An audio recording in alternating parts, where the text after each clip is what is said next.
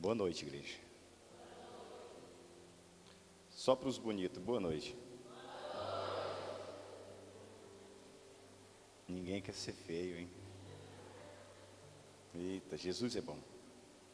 Vamos colocar de pé, em nome do Senhor. Eu quero agradecer a Jesus por essa oportunidade. Quero agradecer ao Senhor por mais um dia. E antes de nós lermos a palavra, eu quero agradecer ao Senhor pela vida da minha esposa que está aqui e pela vida dos meus filhos que ficaram em Goiatins servindo ao Senhor Jesus. Abre a sua Bíblia em Hebreus capítulo 11.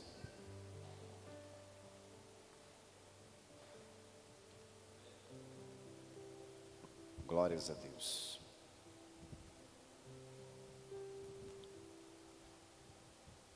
Versículo 23. Se posso ler, digam amém. Só uma pessoa disse amém. Diz assim na palavra do Senhor, em Hebreus, capítulo 11, a partir do versículo 23. Pela fé, Moisés, logo ao nascer, foi escondido por seus pais durante 3 meses, porque viram que o menino era formoso, e não temeram o decreto do rei. Pela fé, Moisés, sendo já homem, recusou ser chamado filho da filha de Faraó, escolhendo antes ser maltratado com o povo de Deus, porque ter por algum tempo o gozo do pecado, tendo por maiores riquezas o opróbrio de Cristo do que os tesouros do Egito, porque tinha em vista a promessa. Pela fé, deixou o Egito, não temendo a ira do rei, porque ficou firme como quem vê aquele que é invisível. Pela fé, celebrou a Páscoa e a aspersão do sangue, para que o destruidor dos primogênitos não lhe tocasse. Pela fé, os israelitas atravessaram o mar vermelho, como por terra seca, e tentando isso, os egípcios foram afogados. Pela fé, caíram os muros de Jericó, depois de rodeados 7 dias. Pela fé, Raabe, a meretrize, não pereceu com os desobedientes, tendo acolhido em paz os espias. E que mais direi, pois me faltará o tempo, se eu contar de Gideão, de Baraque, de Sansão, de Jefté, de Davi, de Samuel e dos profetas, os quais, por meio da fé, venceram reinos, praticaram a justiça, alcançaram promessas, fecharam a boca dos leões, apagaram a força do fogo, escaparam ao fio da espada, da fraqueza tiraram forças, tornaram-se poderosos na guerra, puseram em fuga exércitos estrangeiros. As mulheres receberam pela ressurreição os seus mortos. Uns foram torturados, não aceitando o seu livramento para alcançarem uma melhor ressurreição. Outros experimentaram escarnios e açoites e ainda cadeias e prisões. Foram apedrejados e tentando foram cerrados ao meio. Morreram ao fio da espada. Andaram vestidos de pele de ovelhas e de cabras, necessitados, aflitos e maltratados, dos quais o mundo não era digno, errantes pelos desertos e montes e pelas covas e cavernas da terra. E todos estes, embora recebidos bom testemunho pela fé, contudo não alcançaram a promessa, visto que Deus proverá alguma coisa melhor a nosso respeito, para que eles sem nós não fossem aperfeiçoados. Só até aí. Põe a sua Bíblia no seu assento, não se assente ainda. Vamos orar um pouco. Pai, eu quero pedir ao Senhor a tua proteção misericordiosa. Estou aqui, Deus, para ministrar a tua palavra e não aquilo que eu acho que é certo. Peço ao Senhor, Deus, usa-me nesta noite. Usa-me com sabedoria, com graça, para que todos aqueles que me ouvirem, de alguma forma, Deus, do teu jeito, a tua maneira, venham ser abençoados nesta noite. Pai, repreenda todo inimigo da palavra, repreenda todo inimigo deste culto, nos dê a liberdade de te cultuar, de te adorar, pois o nosso desejo, a minha alma e a desta igreja, deseja e anela por tua presença. Assim, Deus, pedimos, seja conosco o teu Espírito, alegrando o nosso coração, restaurando a nossa família com a tua salvação, no nome de Jesus, e todos digam amém. Podeis sentar no seu lugar.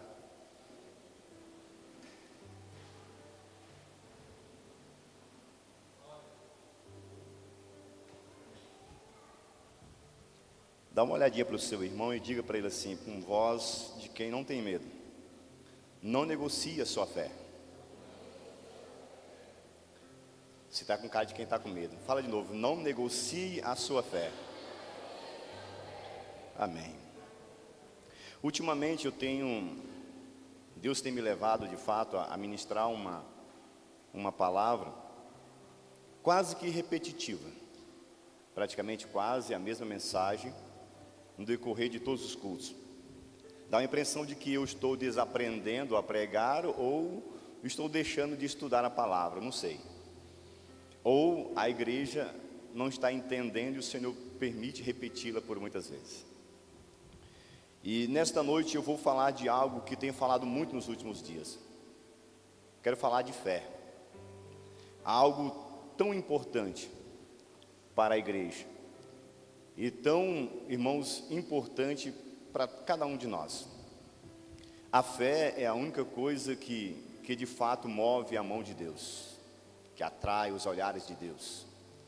E a fé é o que nos impulsiona a cada um de nós em direção a Deus de maneira forte, contundente.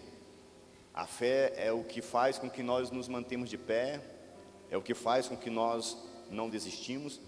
A fé é o que faz com que cada um de nós venhamos permanecer como alguém que quer viver, como alguém que não desiste, como alguém que não se amedronta diante dos desafios, como alguém que não tem medo dos inimigos, dos obstáculos.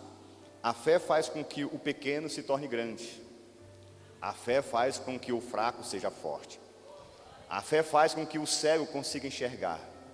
A fé faz com que quem não tem mão consiga apalpar as coisas. A fé traz a existência daquilo que a nossa consciência diz que não existe.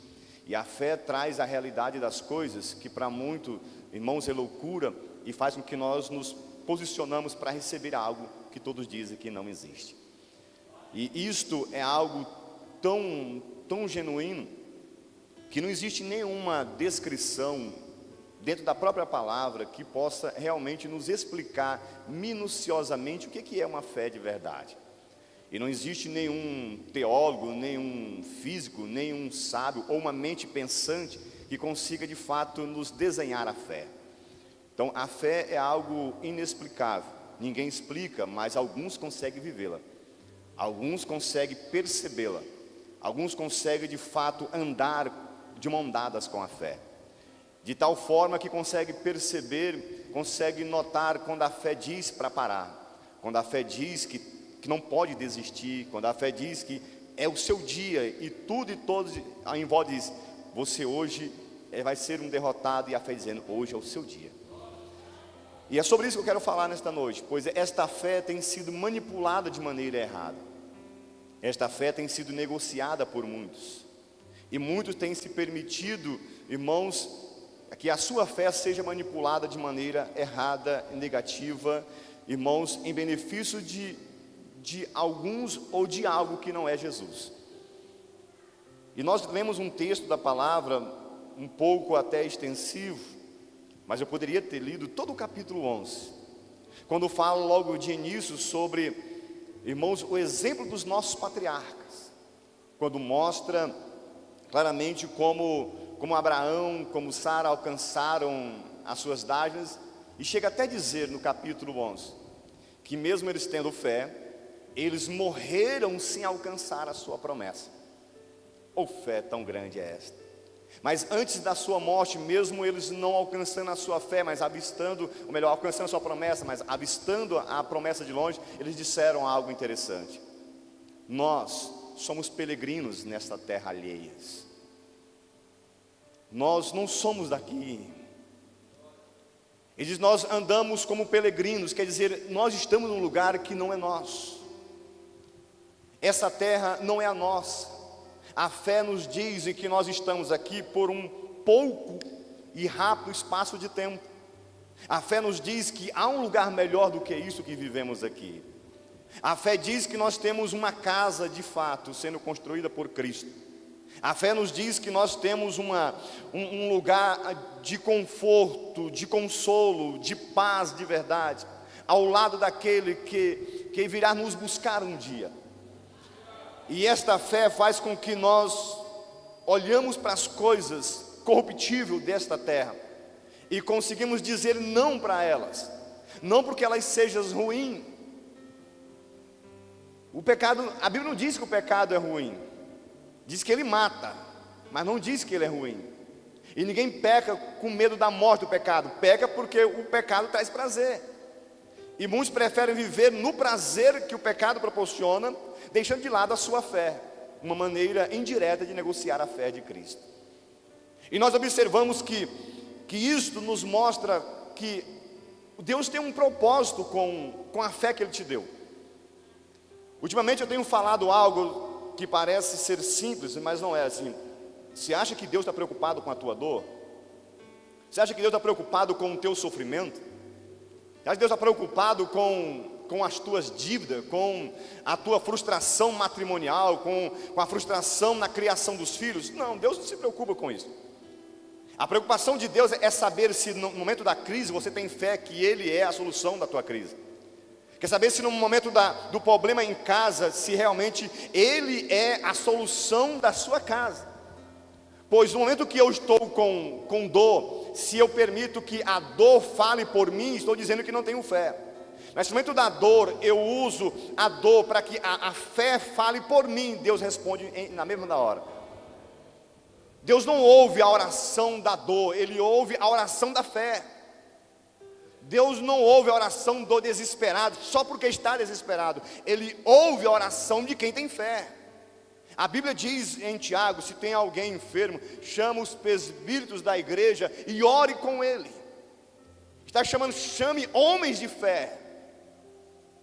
Porque se o justo orar, o Senhor ouve.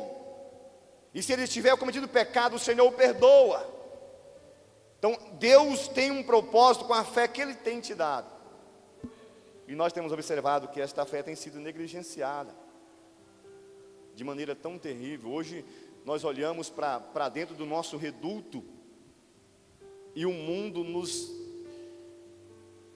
rejeita por dizerem que a nossa fé é comercial, por dizer que a nossa fé está sendo comercializada de maneira agressiva. E o que você vê leva realmente a crer que isto é verdade. Parece que nós, os defensores da fé, esquecemos que o nosso propósito não é viver em busca da promessa, pois a promessa não é melhor ou mais importante ou maior do que a fé que Deus nos deu. Algumas pessoas morrem sem alcançar a vitória e morreram por fé. Se você for ler minuciosamente o texto que nós lemos, você vai encontrar a Bíblia falando sobre os nossos antepassados, os nossos primórdios. Alguns foram rachados ao meio, outros foram presos, açoitados, e não permitiram negociar a sua fé, não permitiram ser livre para alcançar, irmãos, uma salvação melhor. Preferiram ser açoitados, preferiram ser mortos, preferiram ser maltratados pela fé que acreditavam. Não negociaram a sua fé. E traz como exemplo Moisés. A Bíblia narra desde o seu nascimento até, irmãos, o seu término da sua caminhada. E mostra que no seu nascimento, os seus pais o escondem por 3 meses, para que ele não seja morto, por um decreto que havia do rei do Egito na época. Depois ele é levado e criado dentro do reduto, irmão real, dali do Egito, da cultura egípcia. Depois que chega o entendimento nele, ele prefere ser maltratado, ser rejeitado, do que viver por um espaço de tempo, diz a palavra, o gozo do pecado. Ele escolhe em viver ao lado do povo de Deus. Na tradução para o dia de hoje, ele escolhe viver na igreja do Senhor, na congregação do Senhor, na presença do Senhor, louvando ao Senhor, do que viver momentos momentâneos, passageiros no pecado. E depois que se torna adulto, homem de verdade, ele escolhe defender esse povo. E a sua escolha leva ele a fugir para o deserto. Depois ele volta. A Bíblia fala sobre umas narrativas acontecidas na sua caminhada. Mostra que ele era um homem de fé. Mas se formos colocarmos a nossa história para que outros possam ver aquilo que nós estamos vivendo hoje, que tipo de história será contada ao nosso respeito? Como a nossa fé será mencionada? Hoje nós encontramos uma vasta colocação de maneira arrogante e até ignorante. Quem nunca ouviu uma expressão como essa? Se o Senhor abençoar o meu casamento, eu vou para a igreja. Se o Senhor abençoar a minha vida financeira, eu vou para a igreja. Se o Senhor libertar o meu esposo do alcoolismo ou do adultério, eu vou para a igreja. Se o Senhor libertar os meus filhos da droga, eu vou para a igreja. Mas quem disse que a fé é algo negociável com Jesus?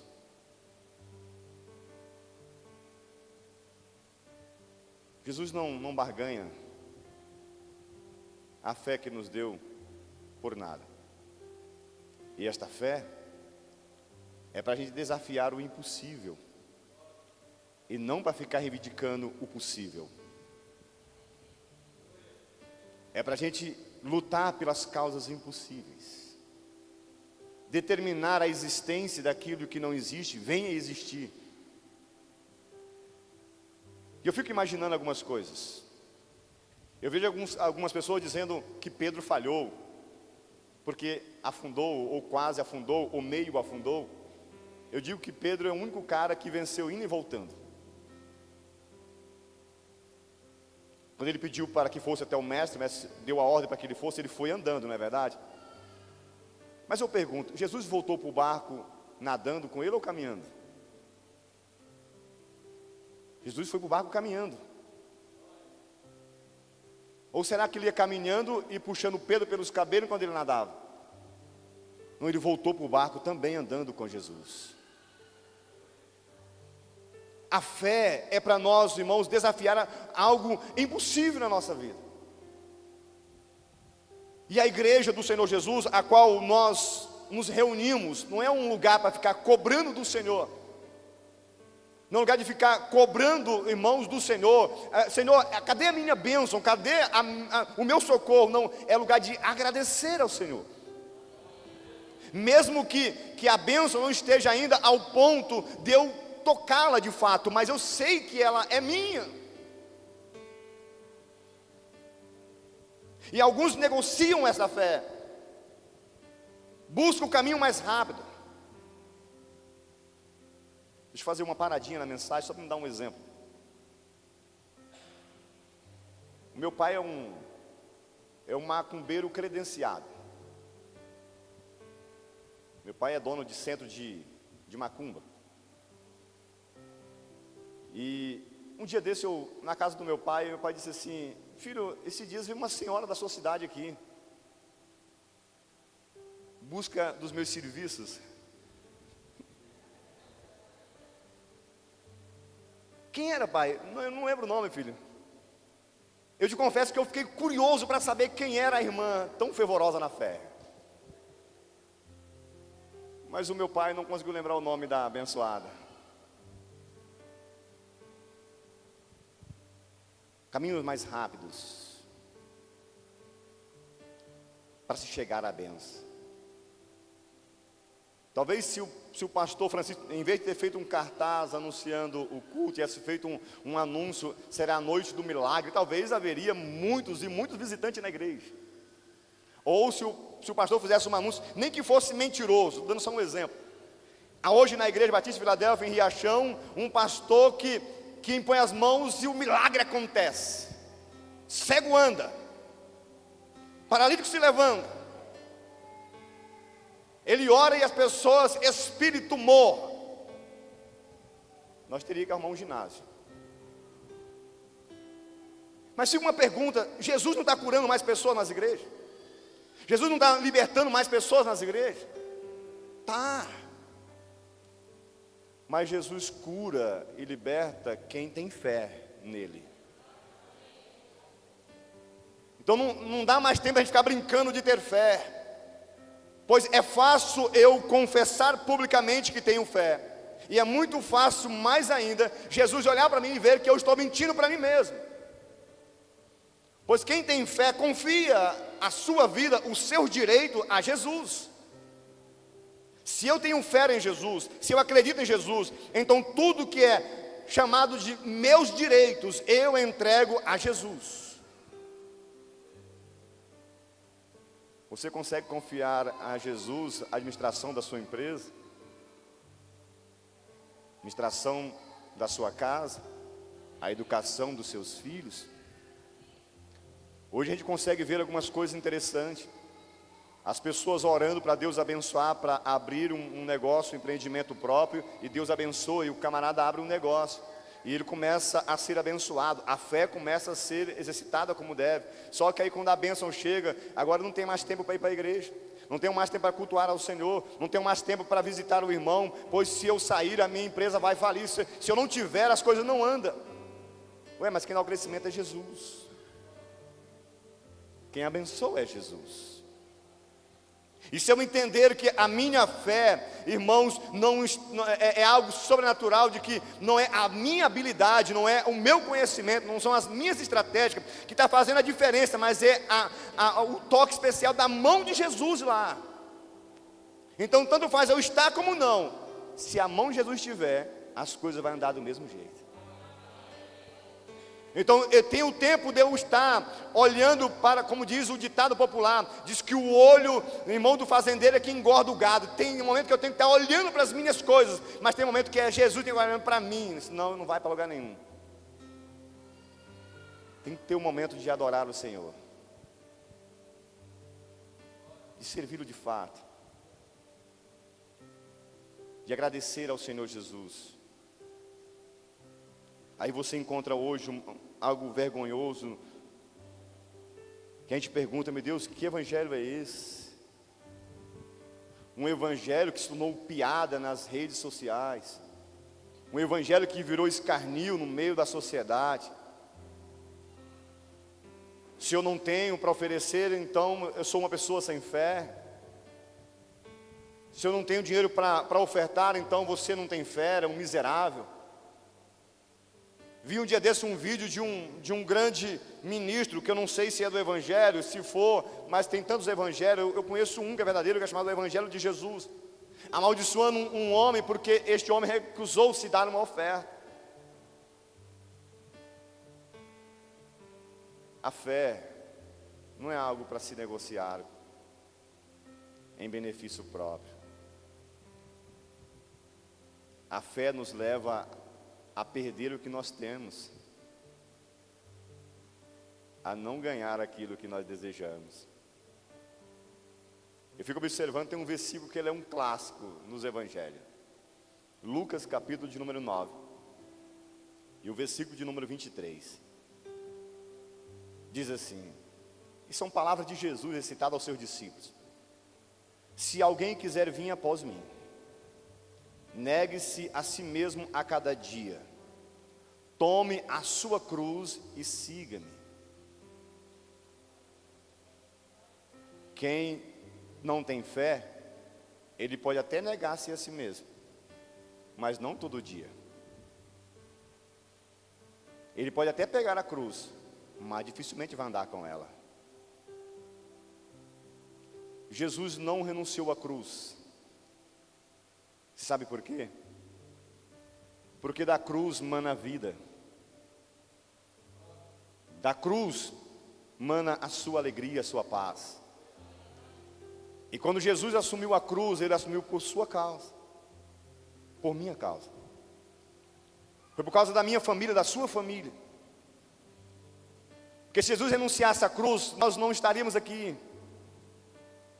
Jesus aceitou a cruz por aqueles que o rejeitariam. Jesus aceitou a cruz por aqueles que morreriam pelo seu nome. Jesus aceitou a cruz por aqueles que matariam e por aqueles que morreriam também. Porque da cruz mana a vida e também o perdão. E é por isso que ele disse: se alguém quiser acompanhá-lo, também deva abraçar a cruz. Isso é fé. Vai explicar isso para quem acredita. Vai explicar isso por um ser que acredita na existência de Jesus. Nós não precisamos explicar isso para ninguém. Só precisamos viver isto. De vez em quando eu falo para os meus amigos mais próximos de que a gente não tem dificuldade de falar do que é bom e que é certo. Ninguém tem dificuldade. Não é difícil falar daquilo que é perfeito. Por exemplo, se eu for falar de um time de futebol, eu falo do melhor time, que é o Flamengo. Não tem dificuldade nenhuma. Falar de Jesus não tem dificuldade. O nosso desafio não é falar de Jesus, é viver como Jesus viveu, é andar como Jesus andou, é fazer as coisas que Jesus fez. Esse é que é o nosso desafio. Mas falar de Jesus, aonde está a dificuldade de falar de Jesus? Por mais incrédulo que a pessoa seja, por mais ateu que a pessoa seja, irmãos, em termos de crer em Jesus, o mundo inteiro reconhece Jesus como Senhor. Mas a pergunta é: quantos neste multidão de pessoas de fato vivem o Evangelho de Jesus?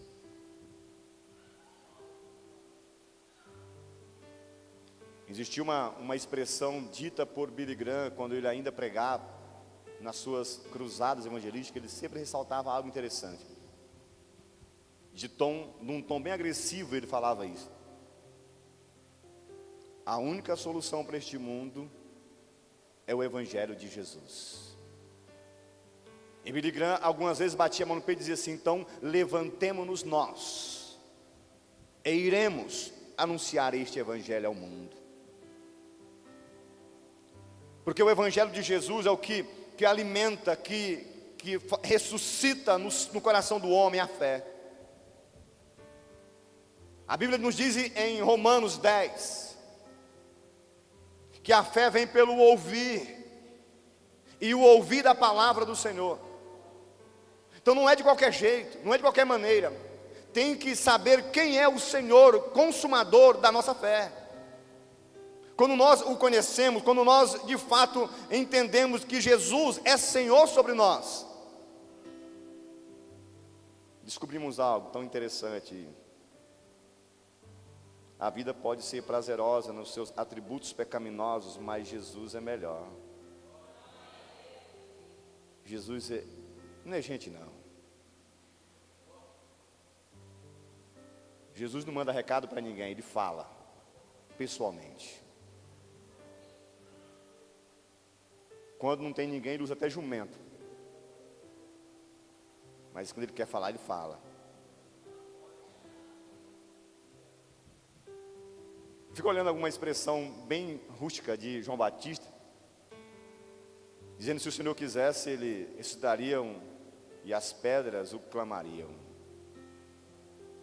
Deixa eu dizer algo para a igreja. A minha fé diz algo para mim: eu não vou deixar as pedras clamar no meu lugar. Eu não vou deixar as pedras louvar os cânticos que é para mim louvar ao Senhor. E não vou deixar as pedras fazer as orações que é para mim fazer ao Senhor.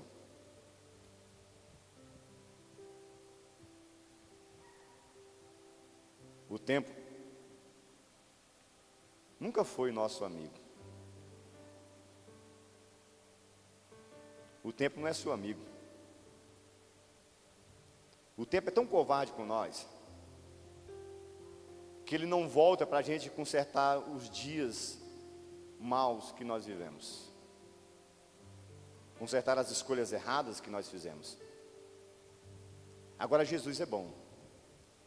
Ele permite que nós paramos num tempo que não para começar tudo de novo da maneira correta. Mesmo o tempo não parando, Jesus nos permite parar um pouco no tempo que não para e começar tudo de novo. Existem pessoas que andam por vários caminhos, tomam várias decisões, caminhos, muitos deles que se eu entrar ou se você entrar, nós não saímos de lá vivos. Jesus é o único que entra por todos os caminhos para buscar o perdido e trazer de volta para o caminho da verdade. E dar a ele um novo nome, dar a ele uma nova esperança. Aquele que não tem mais força, aquele que não tem mais nenhum vigor, que não crê mais na existência da vida, que desistiu de viver, Jesus o abraça e diz: volta à vida novamente. Eu ressuscito os teus sonhos, ressuscito sobre você, sobre a sua vida, sobre a sua casa, todos os anos que foram roubados de vós. Quem tem fé consegue viver isto. E quem não tem fé pode ser beneficiado por quem tem fé. Existe um texto, eu quero que você leia na sua casa, pode até marcar na sua Bíblia aí, Isaías 55. Eu não vou dizer o versículo bem especificado para você ler um pouco Isaías 55. Fica antes do versículo 7, este versículo. Nesse meio termo entre o primeiro e o sétimo versículo, tem um versículo que diz assim: uma nação que tu não conheces, um povo que tu nunca viu, correrão a ti por amor a Deus, porque o Senhor te glorificou. Quer dizer, aqueles que têm fé, aqueles que acreditam na provisão do Senhor, pois em Isaías 55, versículo 1 diz assim, ó: todos que têm sede, vinde das águas. Você que não tem dinheiro, versículo 2, vinde comprar pão, vinho, sem preço, sem paga. Porque gastai o vosso suor naquilo que não vos traz nenhum proveito. Aí antes do versículo 7 diz assim, olha: um povo que você não conhece, uma nação que você nunca viu, correrão até você por causa do amor de Deus que há em você. Porque o Senhor te glorificou. Está dizendo que aqueles que têm fé no Senhor, que acreditam no Senhor, são abençoados, são transformados. E aqueles que não conhecem a Deus, ao olhar para você, vai ver que você é alguém diferente. Vai ver que você é um ser transformado, que há algo inexplicável sobre a sua vida. Mesmo que a crise esteja batendo na tua porta, você não se abate diante dela. É como aquela visão do profeta Eliseu e o seu serviçal, ou o seu aprendiz, como algumas traduções diz. O aprendiz levanta bem cedo, ele olha em volta do acampamento, está tudo cercado pelos sírios. O exército era inexplicável e incontável de homens que tinha cercado o acampamento onde estava o profeta. O profeta levanta e o moço está preocupado. Senhor, o que vamos fazer? São muitos. E o profeta sorriu. Não se preocupa não, porque aquele que está conosco são maiores do que o que está com eles. Mas isso era a palavra do profeta. Isto era a fé do profeta. Ele disse assim: Senhor, faça com que ele tenha a mesma fé que eu tenho e abra os olhos dele. A Bíblia diz que os olhos daqueles aprendiz de profeta foram abertos.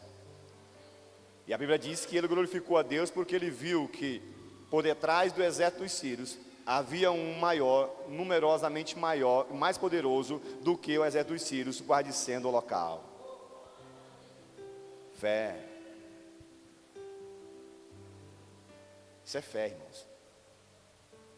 Quem não tem problema? Será que existe alguém aqui nesta noite que não tem problema? Que não sente dor? Deixa eu dizer para você, ultimamente eu prego assim, eu estou pregando, quando eu acabo de pregar, eu faço isso aqui. Isso é uma dinâmica. 2 minutos, às vezes 3 minutos, e me levanto. Aí sento de novo. Eu estou com uma hérnia estourada deste lado.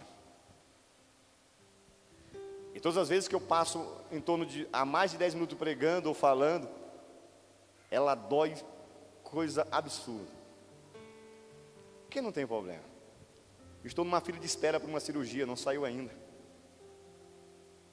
Estou dependendo do SUS, você sabe o que é essas coisas.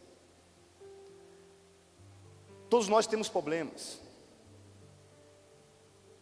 Um dia desse, um amigo meu passou uma mensagem num grupo e disse assim: tem dias que uma palavra destrói todo o nosso dia. E eu respondi para aquele amigo a sua mensagem assim: é verdade. Só que é nesses dias que surgem os grandes sábios. É nesses dias que aparecem os grandes homens. Porque eu não posso deixar que alguém com uma palavra destrua o meu dia. Eu não posso deixar que alguém, porque não tem mais vontade de viver, que não acredita mais na possibilidade da vitória, destrua as minhas expectativas. O propósito do diabo é destruir os nossos sonhos, destruir as nossas expectativas, nos enfraquecer a nossa fé, para que nós não venhamos a crer de que nós somos capazes de conquistar. Mas a Bíblia diz algo interessante: viva por fé. Isso é bíblico. Não negocie a sua fé. Viva ela. Na própria epístola de Hebreus diz assim: o meu justo viverá pela... E se ele recuar, a minha alma não tem prazer nele.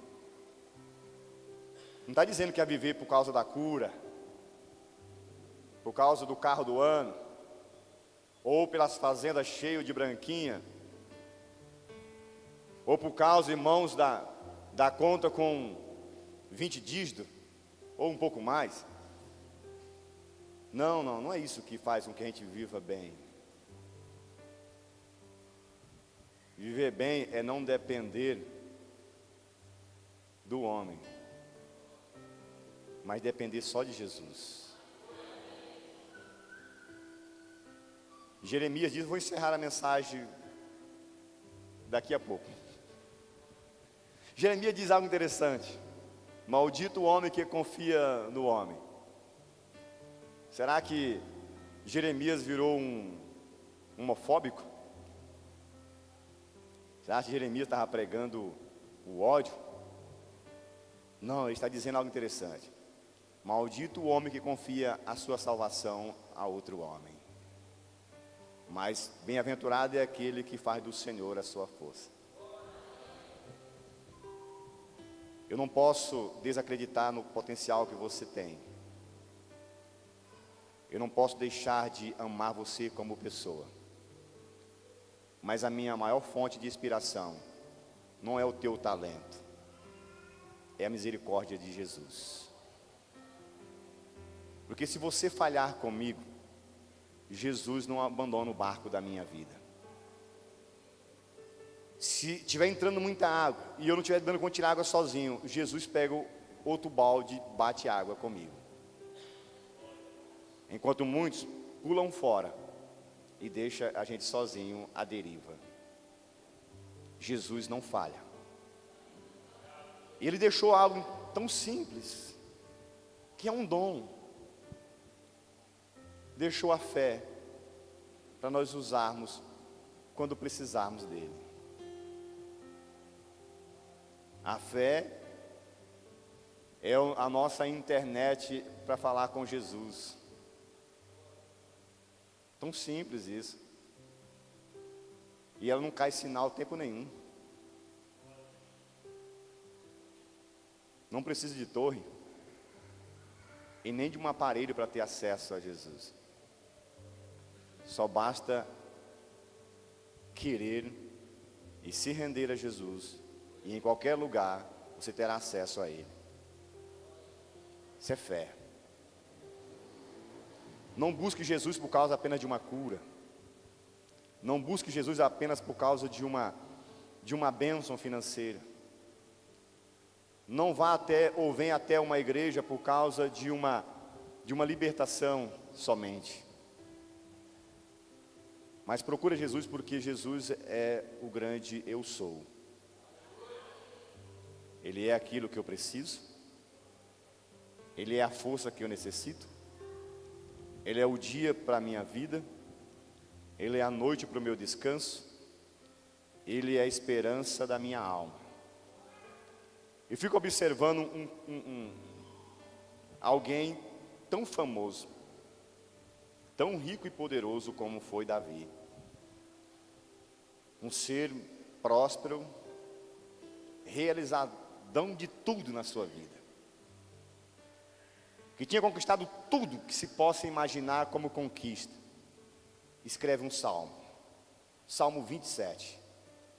E no Salmo 27, a partir do versículo 4, diz assim: uma coisa eu peço ao Senhor, e eu a buscarei, que eu possa morar todos os dias na casa do Senhor, para aprender sobre o grande e poderoso, para poder contemplar a sua beleza, pois eu sei que no dia da minha adversidade, Ele me esconderá no íntimo do teu tabernáculo.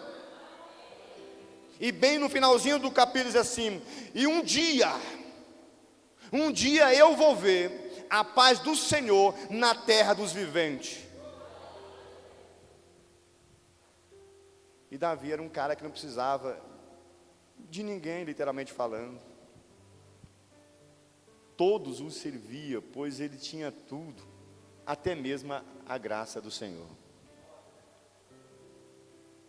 E a gente vê muitas vezes hoje, muita gente miserável de espírito, metido a besta. Não perdoa ninguém, não ama o próximo, fala de amor, mas não perdoa, fala de misericórdia, mas não tem piedade de ninguém. Fala de Jesus, mas vive como se Jesus não existisse. Até canta para Jesus, mas dança para o diabo. A fé não é negociável. Não é negociável. Não serve a fé para Jesus de alguém que canta para Jesus no domingo e está se prostituindo na segunda. Não serve esta fé para Jesus de alguém que dizima e oferta na igreja e fala mal do pastor da igreja. Não serve essa fé em nome de Jesus que ajuda tudo e todos, se o todos tiver algo para oferecer de volta. Porque hoje é fácil você encontrar uma multidão que te dá todo o apoio necessário, mas do tamanho daquilo que você tem para oferecer para ele. Jesus não é assim. Se eu não tiver R$1 no bolso, eu estou valendo para o Senhor mais de 1 milhão. Se eu não tiver casa para morar, o Senhor tem uma para me dar. Se eu não tiver amigo, o Senhor quer ser o meu amigo. Se todos estiverem me abandonando, Ele está me chamando: vinde a mim, todos estás cansados, sobrecarregados, eu quero te aliviar. Se todos me perseguem, Ele diz: eu sou a vossa fortaleza. Se a morte me rodeia, Ele diz assim: mesmo que tu andar no vale da sombra da morte, não temas, eu estou contigo. Mesmo que a mortandade esteja em volta de mim, a Bíblia diz que 1000 cairão ao meu lado, 10.000 à minha direita, mas quem tem fé permanecerá de pé. E no próprio Salmo 90 diz assim: aquele que fizer do Senhor a sua habitação, do Altíssimo a sua morada, nenhum mal te sucederá, e nem praga alguma chegará à tua casa. Isso é fé. E Jesus não barganha isso com ninguém. Ele não está pondo essa fé à venda ou à compra, Ele está ofertando gratuitamente, basta crer. A minha bênção é uma consequência da minha dedicação a Jesus. Não reclame por aquilo que não tenho. Glorifica o Senhor por aquilo que você não conquistou ainda. Confie no Senhor. Eu quero orar com aqueles que têm fé nesta noite. Talvez eu seja alguém que não tenha tanta fé quanto eu falo. Somos perfeitos. A Bíblia nos ensina tudo aquilo que nós precisamos para ser alguém melhor. Eclesiastes capítulo 7. Leia todo o capítulo 7, você vai encontrar isso. A Bíblia diz que não existe nenhum justo, nenhum, na face da terra, que faça o bem e que nunca erre. Só que Jesus não está preocupado com os nossos erros. Quem tem problema com nossos erros é o nosso próximo. Jesus está preocupado se nós estamos dispostos a nos arrependermos dos nossos erros. Se o nosso coração deseja por mudança. Porque quando nós desejamos por mudança, as coisas velhas se vão. E eis que o Senhor faz tudo novo sobre nós. Isso é para quem tem fé. A dor, a lágrima, o pranto, pode até durar a noite inteira. Mas o amanhecer virá o socorro do Senhor. Vamos nos colocar de pé.